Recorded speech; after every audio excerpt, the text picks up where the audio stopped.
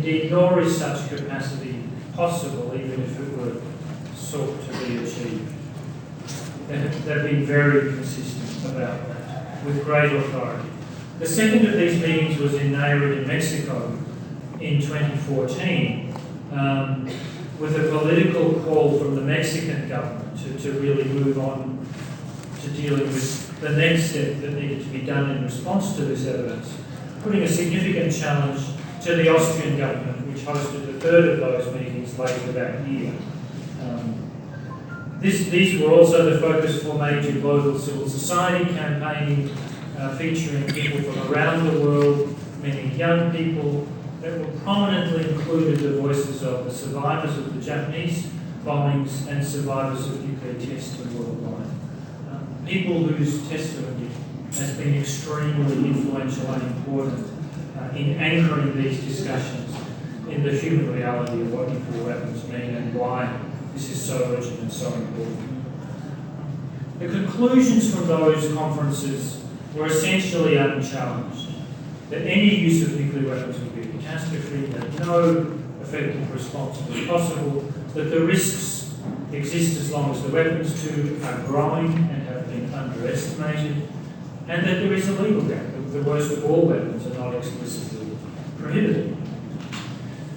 The Austrian government issued a pledge. The foreign minister at that time, 27 years of age, younger than my son, he's now the Chancellor of Austria, made a pledge where Austria committed to work to fill that legal gap for the prohibition and elimination of nuclear weapons. And quite rapidly, we saw 127 governments join Austria's invitation to sign that pledge.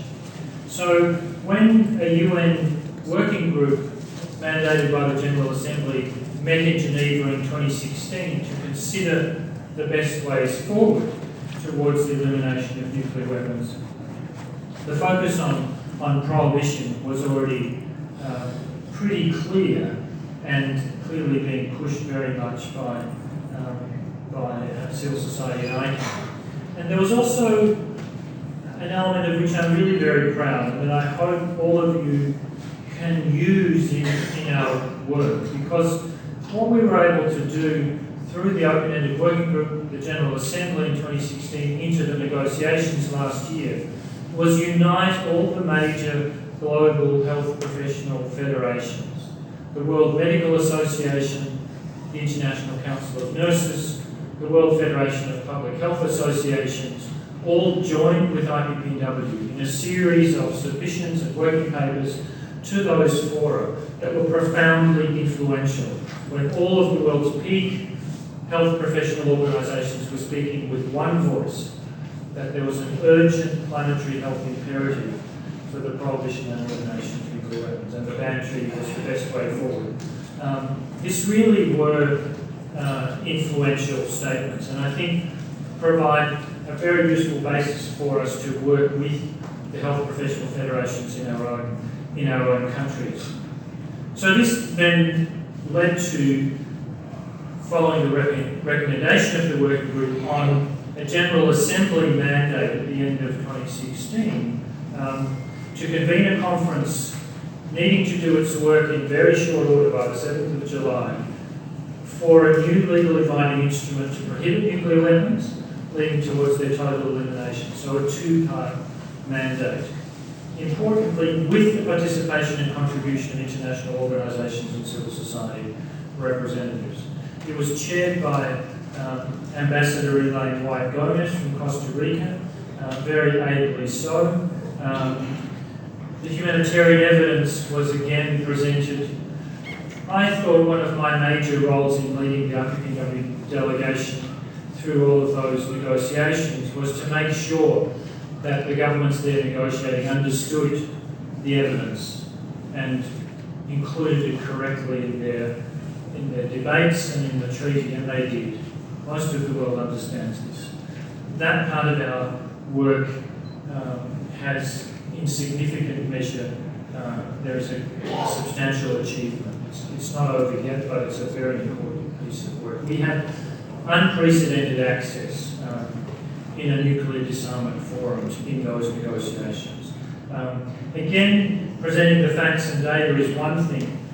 Having survivors tell their stories, you could hear a pin drop when they spoke, with such authenticity and honesty. People for whom nuclear weapons are not some abstract geopolitical great power chess game, but people for whom nuclear weapons are a daily reality of indiscriminate transgenerational suffering and displacement that affects them every day. But it was really crucial to have those people there, and I'm really proud that we had them there. And their voices were really influential. This treaty for the first time acknowledges the disproportionate impact in any disarmament instrument of nuclear weapons activities on Indigenous people, and by the way on women and girls as well. It's the first disarmament treaty of any kind that does that. So when it came to the vote, you know the numbers, they were extraordinarily overwhelming, given that about 40 states, the 9 nuclear armed states, the 28 member states of NATO, and South Korea, Japan and Australia that claimed reliance on US nuclear weapons for their security stayed away. For most of them, the first time they had ever boycotted a multilateral disarmament process. Not a good look for states that claim to be good international citizens that respect international law. The usual decorum and discipline of formal UN proceedings. I just want to show you a few images that I think sort of capture how moving and significant this adoption of this treaty was. Really quite extraordinary. This is Elaine Gomez with Setsuko Thurlow, one of the most eloquent and courageous of the Hiroshima survivors, and who was the co-acceptor of the Nobel Peace Prize for ICAN. This was an extraordinary moment. These are diplomats. You can see they're excited. And for the survivors, a very important moment. So now we have this treaty to add to this family of prohibition and elimination treaties. What's in it? I'm just going to quickly run through some of the crucial elements. It's not a long document. If you haven't seen it, it really is worth a read. I don't go anywhere without it. It's such an important document. The preamble that outlines the basis and motivation for the treaty is really clear and strong about the humanitarian evidence, the catastrophic consequences that can't be adequately addressed that pose grave implications for human survival, the environment, socio-economic development, food security, and the health of current and future generations. This responsibility of all states, not just those with the weapons, the ICJ obligation on all states, not just to negotiate but to conclude. It's an important, it's an element of preamble. The prohibitions are really categorical and comprehensive. That outline, that ban really everything to do with nuclear weapons. The development, testing, production, stockpiling, transfer, use, threat of use, and importantly for all of those umbrella so-called or dependent or weasel states, prohibition on assistance, encouragement or inducement related to any prohibited activities. There are then safeguards obligations that don't weaken what's in the NPT. That's one of the points of criticism that's frequently made. It doesn't strengthen them, but it doesn't weaken them either. And then there are what was the most difficult part of the treaty to negotiate, which was the provisions for the elimination. So looking forward, trying to use this historic opportunity to kick the can down the road as far as possible, to set not the detailed time-bound verified regimes that will eliminate nuclear weapons, that can only be negotiated by the states that own them, but the principles for those elimination regimes. They should be time-bound, they should be subject to approval of states parties. They need to address not just the weapons, but the facilities and the programs that produce them, that they need to be subject to independent international verification. So there are pathways provided for in the treaty for all states that have weapons, had them, assist in preparations for their use, or that have never had anything to do with them. So it does fulfil that part of the mandate, I think, practically about as well as could be expected. There will be obligations on states to implement their treaty commitments in national legislation, which will be another very important opportunity for civil society pressure.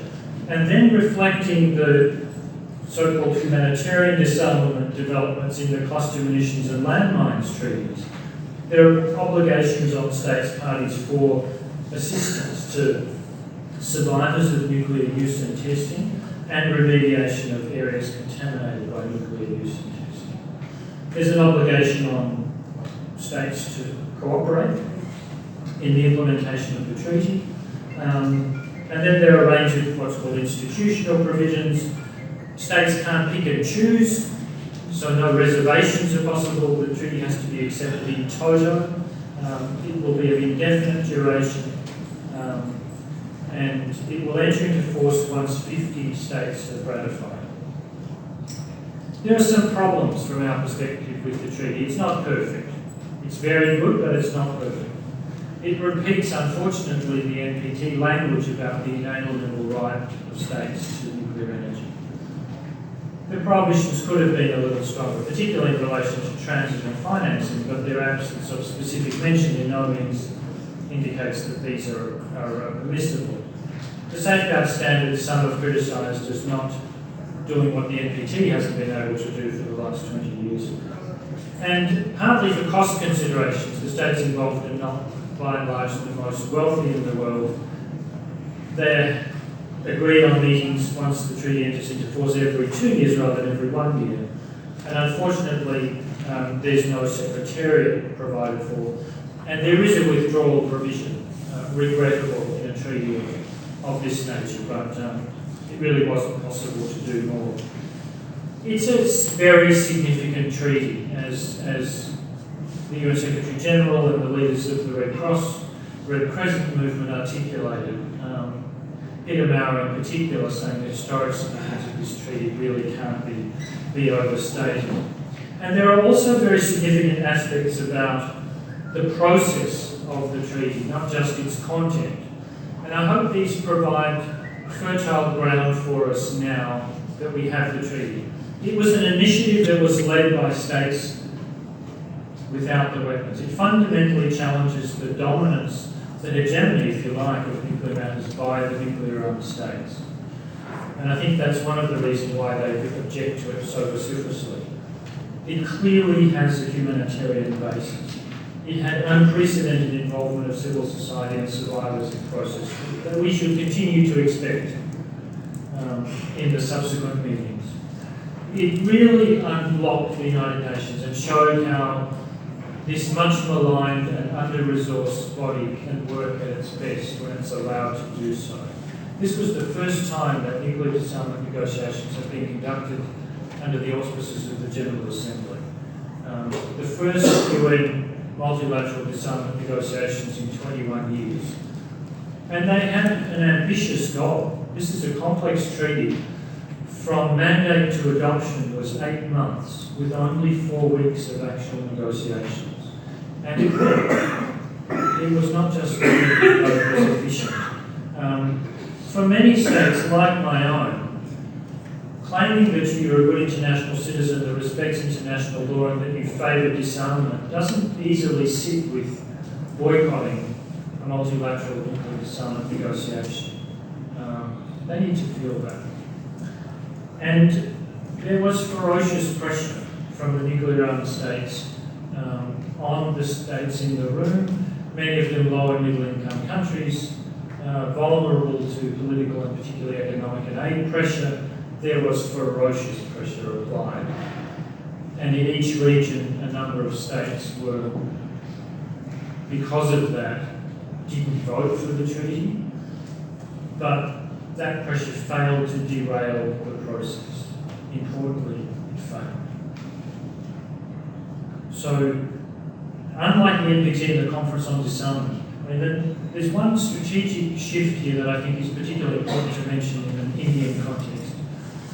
The mantra on nuclear disarmament for the NAM, for the non-aligned movement, for the decades has been we need a comprehensive box and dice nuclear weapons convention that does the prohibition part and all of the detailed elimination steps in one foul swoop, so to say, and we need it negotiated in the Conference on Disarmament. The Conference on Disarmament, because of the consensus requirement, has not been able to agree on an agenda for 22 years. I kid you not.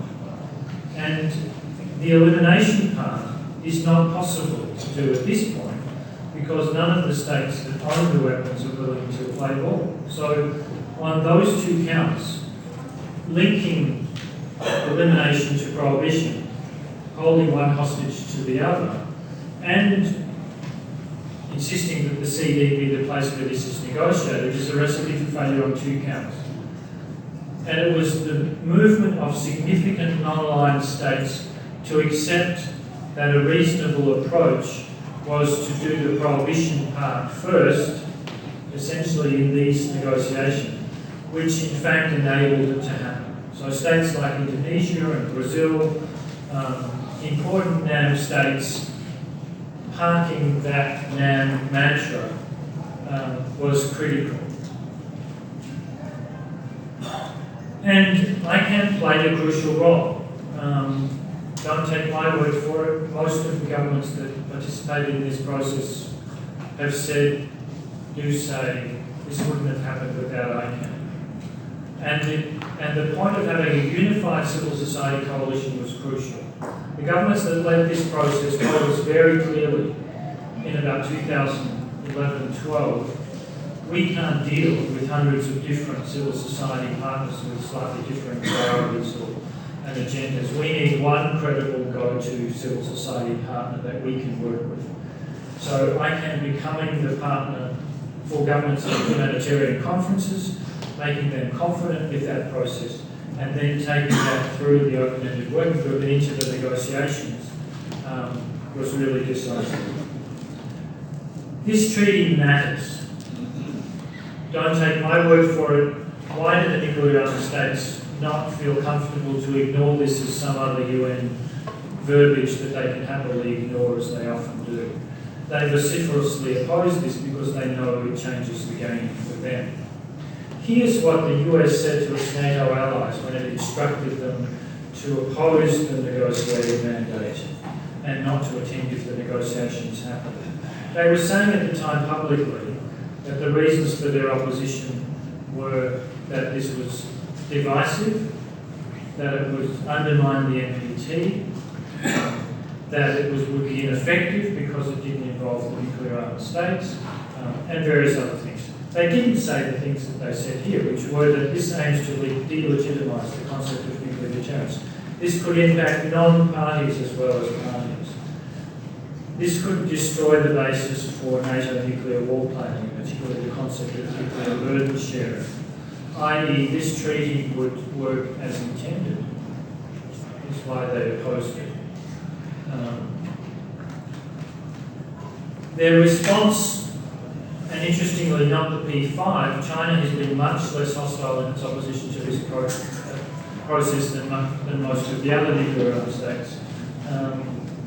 So it was P3, not P5, but this immediate hostile, angry statement, an extraordinary statement for states that are supposedly committed to the goal of a world free of nuclear weapons, to say that they will never sign this treaty is quite an extraordinary repudiation of their obligation to eliminate their arsenals.